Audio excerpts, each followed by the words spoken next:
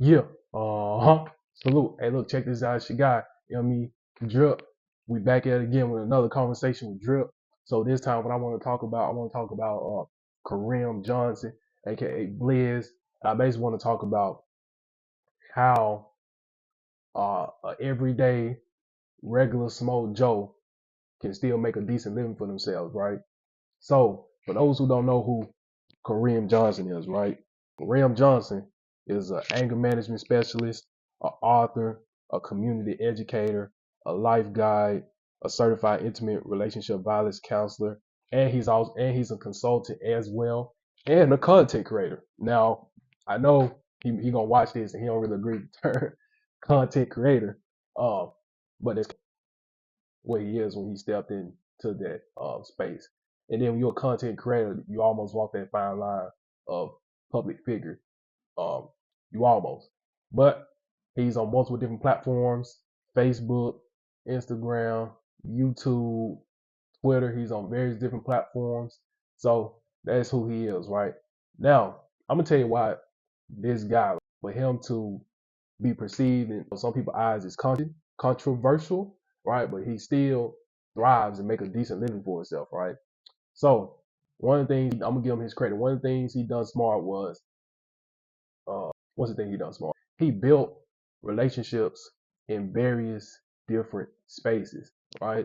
Now Kareem, he's a man among stories, right? This guy, he was in the army, he was a boxer, he went to prison, he's a counselor, anger management specialist, he's a husband, and he's a father.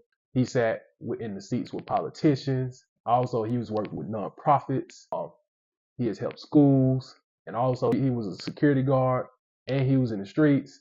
Also, at one point in time, he was working with in the hip hop industry, right?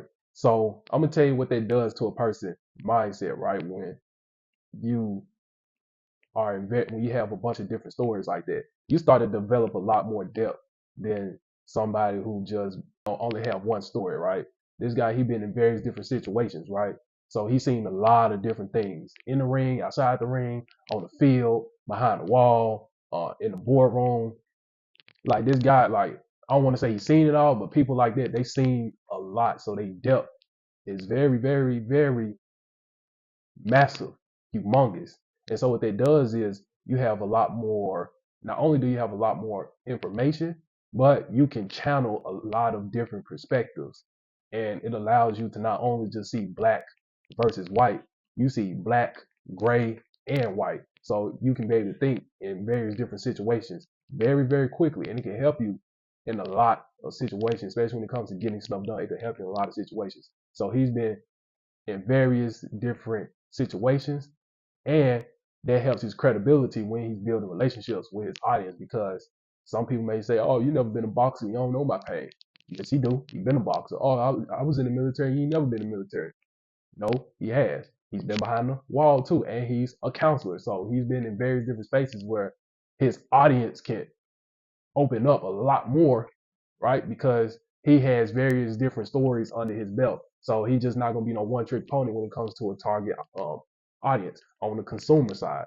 So by his consumer side being so large, when you look at his platforms, he's had probably roughly about 2 million views, and he probably got about 5,000 subscribers, right, on all his platforms. Now that's small, but again, you gotta think about the social media statistics, right? They say 10% is your core audience. So with that being said, out of 5,000, 500 is still a lot of people if you put them in a room. So if 500 is consistently supporting him every single month after month, that adds up. And that's how he's making a decent living with himself, because he has a relationship with his audience. And another thing, what he does, right? He responds very fast. Like, I ain't gonna say like he don't have nothing to do, because he have plenty of stuff to do, but he always get back with his people. You're not like some of these other content creators and stuff like that. You send them a message, they don't read it all. They act like they busy, or it take them 3, 4 weeks to respond back. Or sometimes they'll open your message up and read it. And sometimes some of them have social media managers, and they'll reply back to you, but the social media managers ain't trained. So you can kind of pick up from the consumer standpoint. You can pick up and be like, nah, this ain't even Blizz. They don't even sound like this.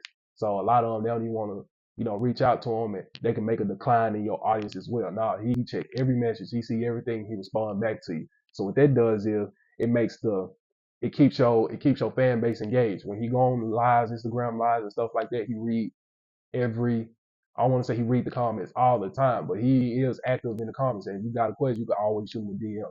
Right? There's been plenty of questions where I reached out to him and he got it to me right away. And that's all a form of relationship building. So I don't want to say he necessarily creates an experience. He started doing it now because of social media. And I get into how the social media has helped him, right? But now he's starting to create an experience. Like you go see his lives on social media and stuff like that, he turns it more into a classroom. So that's another reason why he's still winning after, being around for so long.